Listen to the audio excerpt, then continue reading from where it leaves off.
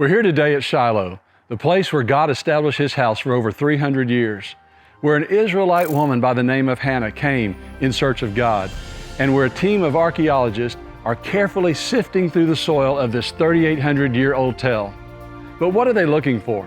And what is it that all of us can find as we explore this historic site right here in the land of the Bible? Come along with us on this incredible journey as we make a connection between faith and fact here at Tel Shiloh.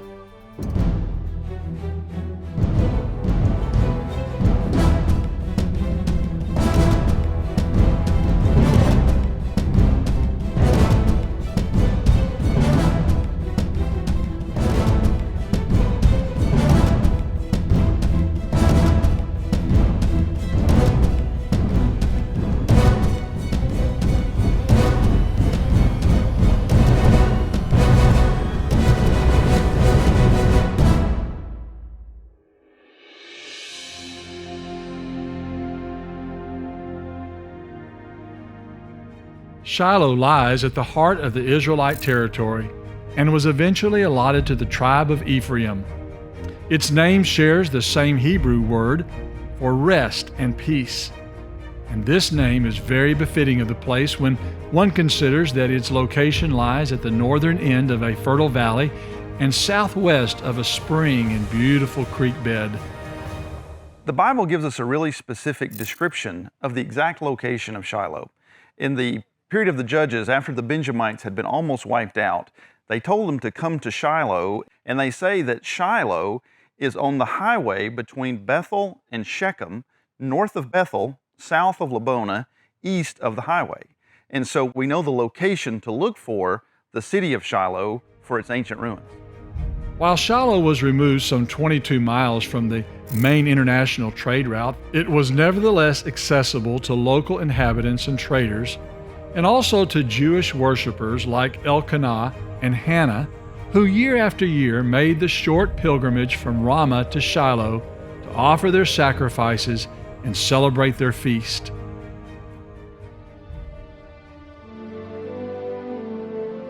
Situated just west of modern Shiloh, Tel Shiloh is crowned with a small museum and observation tower built in memory of Hannah's prayer and the birth of Samuel.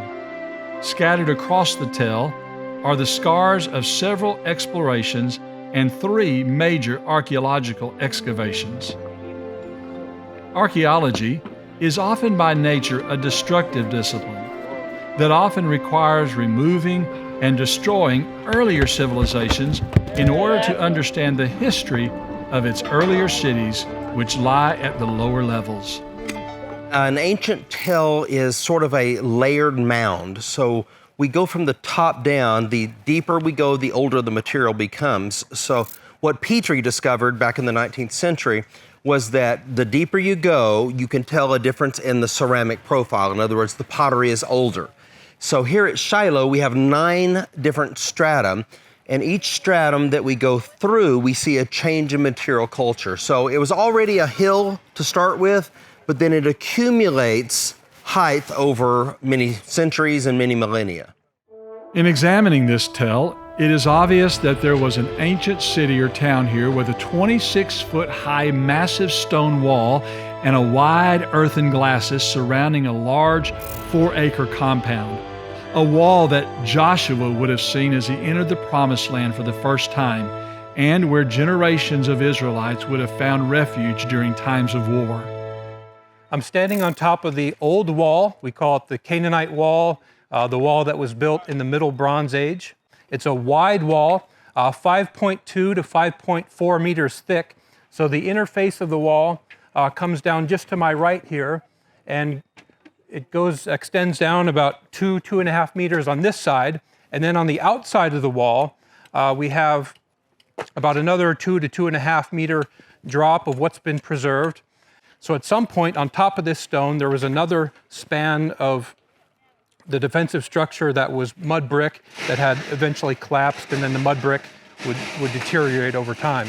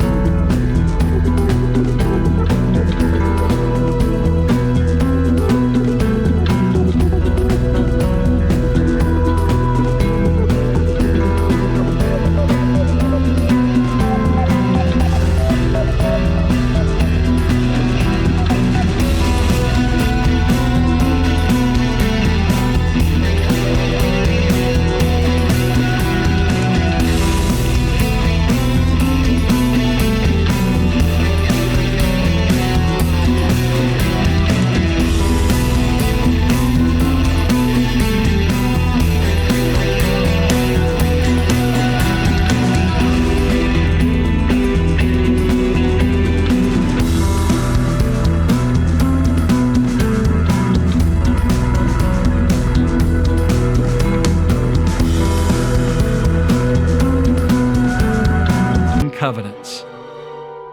A horned altar is an altar that's raised above the ground with a square top. But at each corner, it has a little piece that comes up above the top, which are called horns. And so a horn is a symbol of strength or power or efficacy.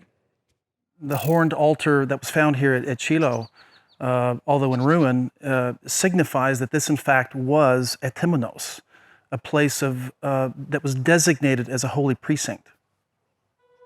To be sure, this was an important place, a place where annual pilgrimages were made and where, according to the Bible, the Israelites gathered to confer about the dividing of the Promised Land among 7 of Israel's tribes, and where they came plotting war against some of their own countrymen from Gilead, whom they thought were building an altar for worship.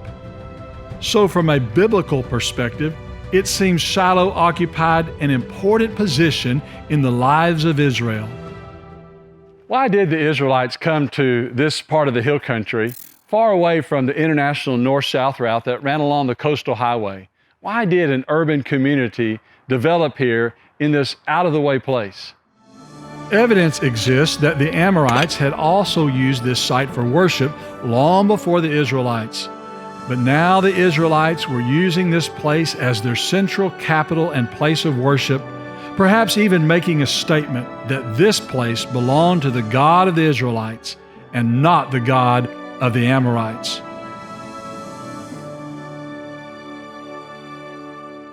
After the Exodus and prior to the settlement period, the children of Israel wandered in the wilderness for 40 years. And as they did, they erected a tabernacle where God's presence could be found and where they could atone for their sins. It was also called the Tent of Meeting. And at the Tent of Meeting, the Israelites came to find the favor and blessings of God. The tabernacle is located in the center of the Israelite tribes where everyone could see it and could see the visible manifestations of God's presence. I don't think words can describe the excitement and wonder the average Israelite must have felt being near the tabernacle. Because God's tent of meeting was located so near to her town, a broken-hearted and distraught woman by the name of Hannah came here looking for help from God.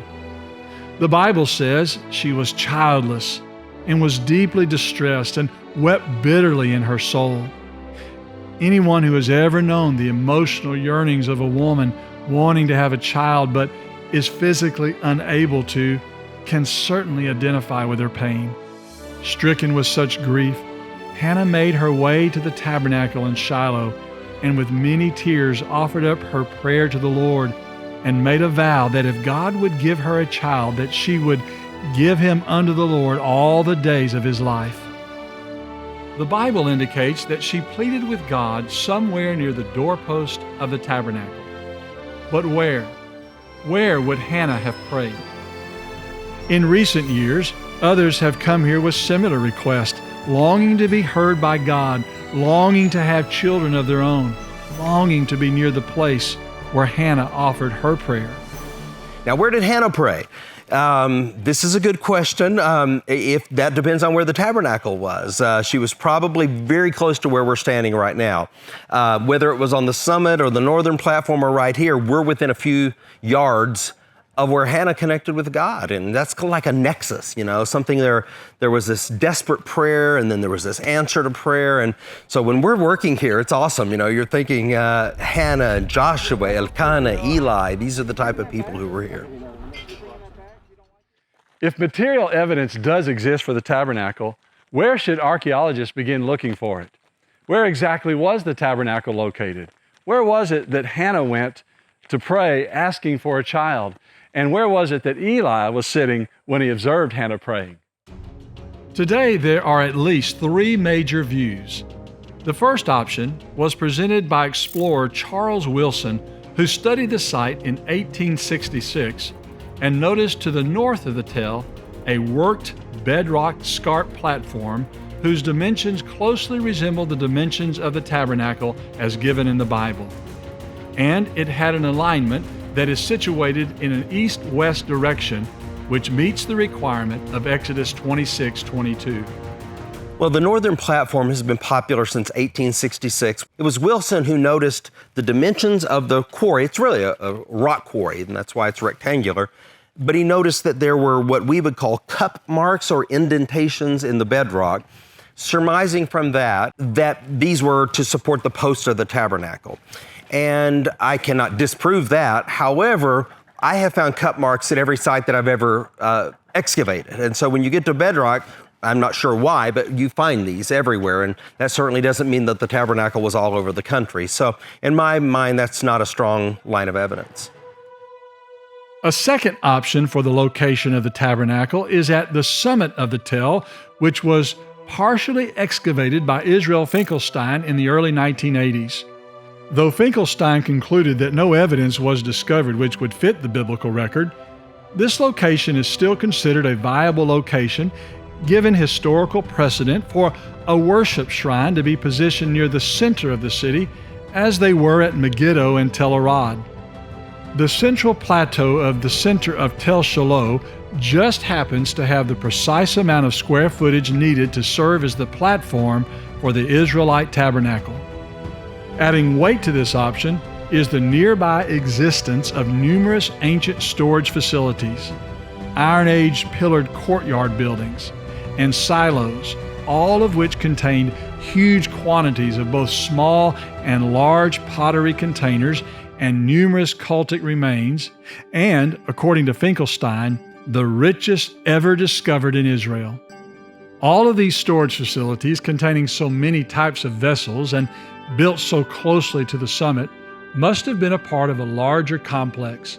Storage facilities that may very well have been connected to the platform and used by priests to store offerings and gifts brought to the tabernacle in worship, similar to what had been done many years later at the Herodian temple complex in Jerusalem, with the construction of all of its ancillary and secondary buildings used to support the activities of temple worship and festivities. On the eastern side of Tel Shiloh, at a convenient distance from the city's summit, archaeologists also discovered cultic vessels and animal bones which were most likely used in a sacrificial system. Many of those bones were discovered in a section of the tell known as Area D, an apparent garbage dump used by the Amorites and possibly the Israelites. It would have been a convenient place to dispose of animal carcasses and broken libation pots if the tabernacle were located on top of the tell. A third option for the location of the tabernacle is on a plateau south of the tell. It was the place favored by pilgrims who came here during the Byzantine era and built two different church buildings at the site. Both church buildings contain beautiful mosaic flooring. One of the buildings was in the shape of a basilica. It had a nave and two aisles. 12 column bases and 2 Corinthian capitals still remain visible today. A fourth option for the location of the tabernacle is proffered by Dr. Scott Stripling. It's my view that the tabernacle at Shiloh was probably mobile. It could have been on the northern platform in one season of the year when the wind is predominantly coming from one direction. It could have been on the summit in another part of the year. It could have been on the southern approach a different time. Could have been right here where we're standing and excavating in another time. If I'm right, John, then all of Shiloh is sacred. It's not just can we find the spot of the tabernacle. The whole area is a temenos. It's sacred. And the verse of scripture that comes to my mind is Psalm 102:14. Blessed are those who love your dust and cherish your stones. And so as my team works here and a hot day like this, what motivates us is knowing that this is sacred soil that we're working in. If, in fact, the tabernacle moved around to different locations over its 300-year period right here at Tel Shiloh, it's conceivable that some type of evidence ought to have been discovered by now. Indeed, as of 2019, some wonderful things have been discovered, even some right down here below this hill.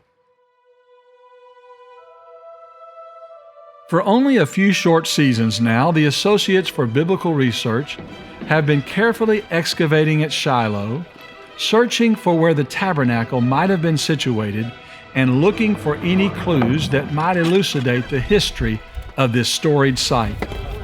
Not only are they systematically exposing the Canaanite wall that enshrined the city, they are also carefully examining on a daily basis thousands of pieces of pottery to not only assist in determining what civilizations inhabited the various stratum of the tell, but also to see if some type of Hebraic inscription might remain which could verify what the Bible says about an Israelite occupation at the site during the Bronze Age period. We would expect with the priests to be there and the intelligentsia of Israel there during the period of the Judges, we'd expect to see some form of the written language in inscriptions or in writings. And of course, if there's writing on stone, if there's writing on pottery or other hard materials, then we should be able to have some kind of expression of that, and we should be able to see evidence that Israelites were there. Analyzing potsherds and other material remains to determine the age of the various stratum of the tell, and to likewise ascertain something about the customs and beliefs of the peoples who lived here, involves a scientific process that begins by peeling away the layers in a systematically determined square, dry sifting through each bucket of debris, and then wet sifting the remains, looking for the tiniest of objects or clues. With nearly every bucket of soil removed, we are learning more and more about the people who lived here.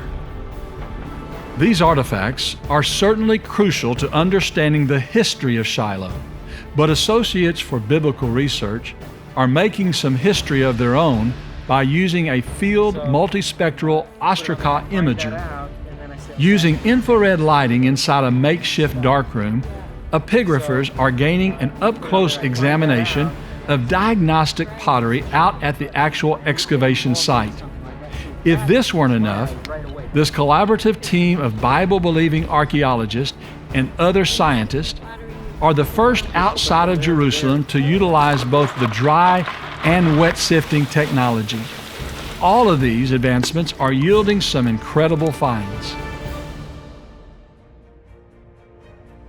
In 2018, an extremely relevant discovery was made which has an important bearing on the historicity of Tel Shiloh and its relationship to the Bible.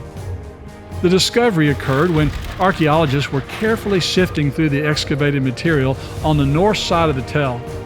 The discovery was an ornately crafted object made from clay and was in the shape and likeness of a pomegranate. The day we discovered the pomegranate, I took 2 gufas. A gufa is a bucket where we put the soil. So I sifted 2 gufas, and in the second one, the pomegranate appeared. So I got excited. I didn't know what it was at the moment. I cleaned it up with my fingers, and I thought, this is something special. The pomegranate, along with numerous other archaeological discoveries made at Shiloh, are being carefully protected and stored in a West Bank Antiquities Authority storage facility. This is what we want right here. And so you can see the various objects that we have, an axe head, a sling stone, jewelry, beads, just all different types of objects. And here is what we're looking for, our pomegranate, which was one of the top finds in Israel this last year. And here is the actual pomegranate. And as I take it out, you can see that it has a hole at the top so that it can be suspended from a stand or perhaps hung from a garment. And we know the weight, the composition of the soil, all the critical data that we need. So altogether it begins to add up and show us a picture of what life was like in antiquity. And interestingly, the pomegranate trees growing here are at this exact stage right now. A pomegranate was one of the 7 fruits of the land of Israel mentioned in Deuteronomy chapter 8, verse 8. It was the only fruit allowed to be symbolized in the tabernacle and was sculpted into the lattice work adorning the temple, 200 of them on each of the 2 pillars guarding its entrance. Similar kinds of ornamentation can be seen in Capernaum, where allegedly 613 were carved into the cornices of the old Byzantine synagogue. The finding of a pomegranate here at Shiloh is extremely important because of the role that the pomegranate played at the worship of the tabernacle. Exodus 28 talks about the high priest's robe, and it says on the hem of the robe, it's supposed to be ringed all around with bells and pomegranates. In fact, it says a bell and then a pomegranate, a bell and then a pomegranate. And so the pomegranates were used to ring the bells on the bottom of the high priest's robe. Well, the discovery of the pomegranate last season was critical for several reasons. Number one, the Bible mentions them, and so inductively we're beginning to see evidence accumulate of this cultic system. The Bible mentions the pomegranate as sacred. In fact, it's the only fruit that goes into the presence of God, even into the Holy of Holies. So for us, that's a symbol of sanctity of the Holy of Holies. And now we found it right behind me here, next to this large east-west wall that I was talking about. The pomegranate discovered at Shiloh, however, isn't the only one of its kind. In 1979, a sculpted pomegranate made out of animal bone and larger than a human thumb surfaced on the antiquities market. While the debate over its authenticity continues, one of the biggest issues relating to its provenance has always been that it had not been found in situ by an archaeologist. So to find the Shiloh pomegranate in location at an Israelite site associated with the tabernacle is incredibly important. However, in an intriguing turn of events, it turns out that the first pomegranate to be discovered at Shiloh wasn't in 2018 as had been originally thought. Interestingly, the Danish also excavated a pomegranate when they excavated at Shiloh in the 1920s, but they misidentified it as a stopper. In the report, we found it, and so we sent a member of our team to Copenhagen, who then did all the core research on it there. We're publishing both of these together, and we're beginning to inductively build a case, I think, from the bone evidence, the presence of these large east-west walls, the presence of pomegranates at the site, that indeed we're looking at evidence of an early Israelite cultic site, as is described in the Bible. The pomegranates, along with the many storage rooms, storage vessels, sacrificial animal bones, cultic vessels, and the dimensions of a platform perfect in size for the tabernacle, is nevertheless extremely compelling evidence that the tabernacle may have been located at the top of the tell. While indisputable archaeological evidence has yet to surface which would prove any one of these three locations, there is one bit of evidence that corroborates the biblical narrative that no one disputes, and that is that Shiloh was destroyed. Shiloh's destruction most likely occurred at the hand of the Philistines when Israel lost the Ark of the Covenant near Ebenezer, just 22 miles away. Having disregarded God's law, the ark had been foolishly removed from the tabernacle and taken near to where the Philistines were amassing their forces at Aphek. This territory belonged to the Israelites, and they needed it for their livelihood. But because of their disobedience, they suffered a major defeat, losing some 30,000 infantrymen. It is presumed that at the same time, the Philistines also sacked the beloved city of Shiloh. Some 450 years later, the prophet Jeremiah would warn the inhabitants of Jerusalem and Judah, who had themselves been on a path of apostasy, to consider what happened at Shiloh, lest their beloved temple also meet its demise. Behold, you trust in lying words that cannot profit.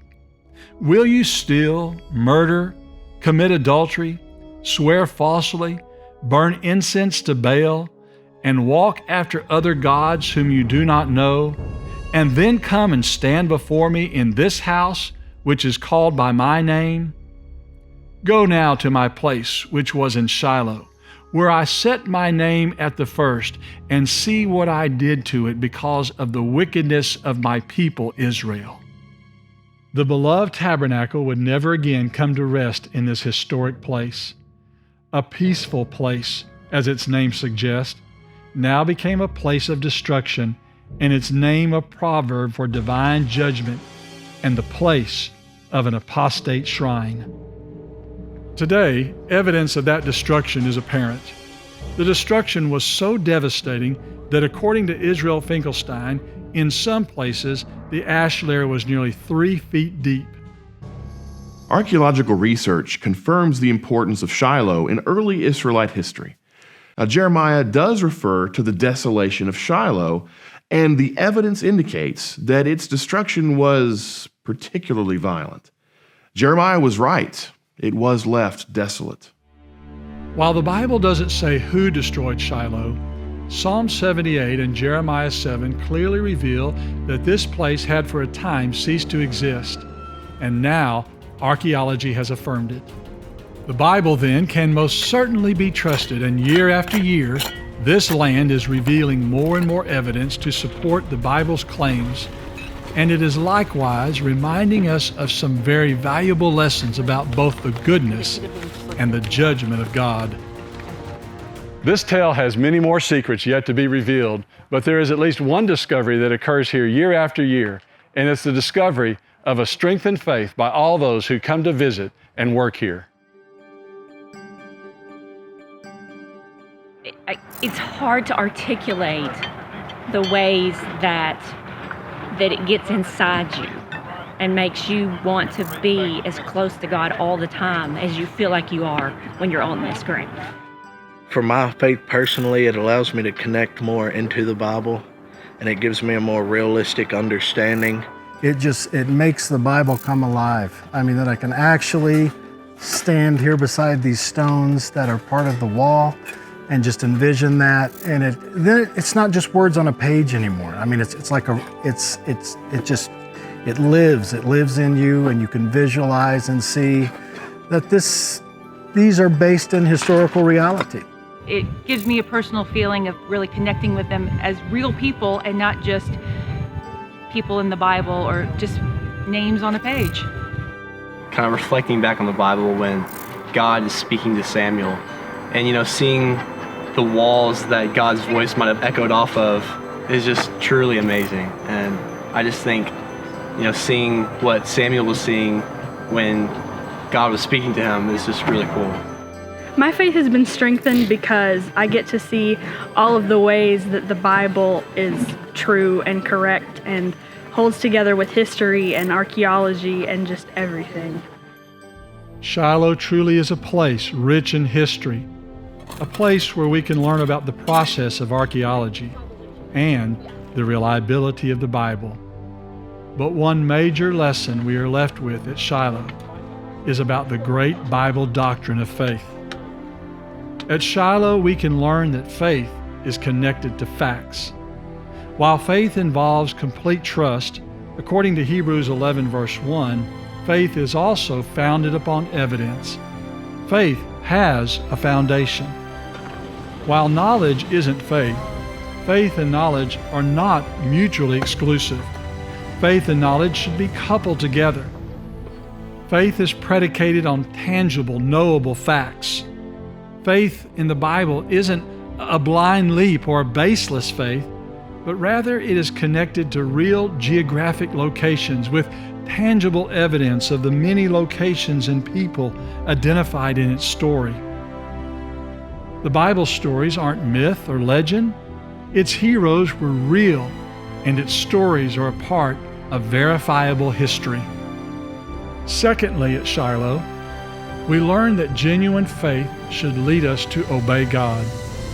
The prophet Samuel, who grew up here as a boy, learned to listen and obey when called by God. But many of those to whom he preached as an adult rebelled and were disobedient. As a result, God allowed Shiloh to be destroyed. According to James 2:14 through 16, faith without works is a dead faith. And you think about the faith that was demonstrated here on the part of Samuel and Hannah. Hannah, of course, could have believed in her heart that she would have a son, but she acted upon that by going to the tabernacle and praying. And there's so many other examples of hearing with the intent to obey. So faith and obedience go hand in hand, both in the Old Testament and in the New Testament. Finally, let us remember that faith should lead us to be completely dependent upon God wherever we find ourselves. Our faith should cause us to go to the tent of meeting, not just in times of celebration, but also when we are broken and hurting. Hannah came to Shiloh when she was hurting because she knew God's house was there. But today, we don't have to go to Shiloh to have our prayers answered, for God can be found wherever we are and in whatever condition we find ourselves. On a hill in Athens, Greece, far away from the hill of Shiloh, the Apostle Paul said, God doesn't dwell in temples made with hands, and that He isn't far from any one of us.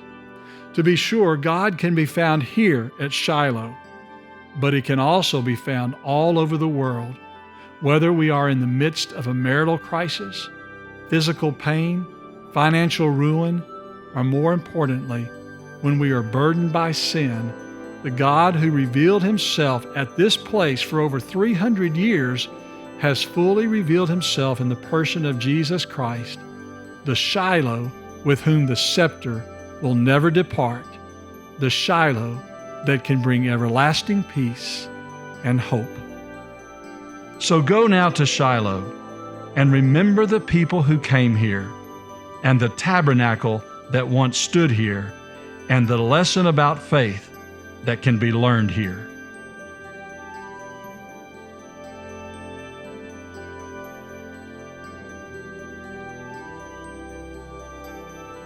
Nearly 2,600 years ago, the Old Testament prophet Jeremiah said, "Go now to Shiloh."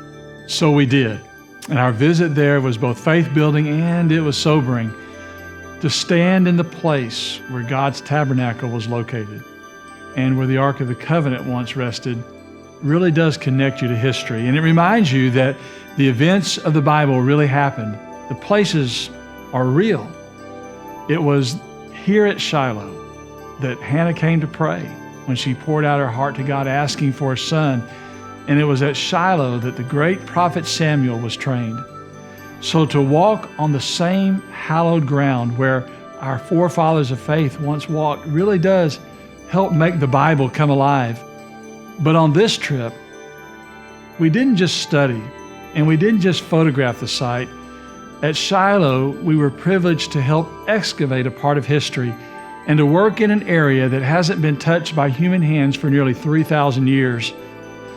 To assist in uncovering a wall from the Bronze Age period, to peer into ancient tombs and to hold ancient pottery in your hands that was last touched by perhaps someone like Samuel or maybe even Hannah, that's awe-inspiring. At an archaeology dig, you literally get to see and touch the history revealed in the Bible, and in the process, you come to better understand the gravity of Scripture. Of course, when Jeremiah said, "Go to Shiloh," he wasn't speaking to me personally, but rather to the nation of Judah who was on the verge of apostasy, and they needed to be reminded that if God allowed the place where His tabernacle once stood to be destroyed, then He would also allow Jerusalem to be destroyed. It's a sober reminder to you and me that God values our faithfulness, that the land He chose, the land that His eyes are on, is not what He loves, it's His people, His church that He loves.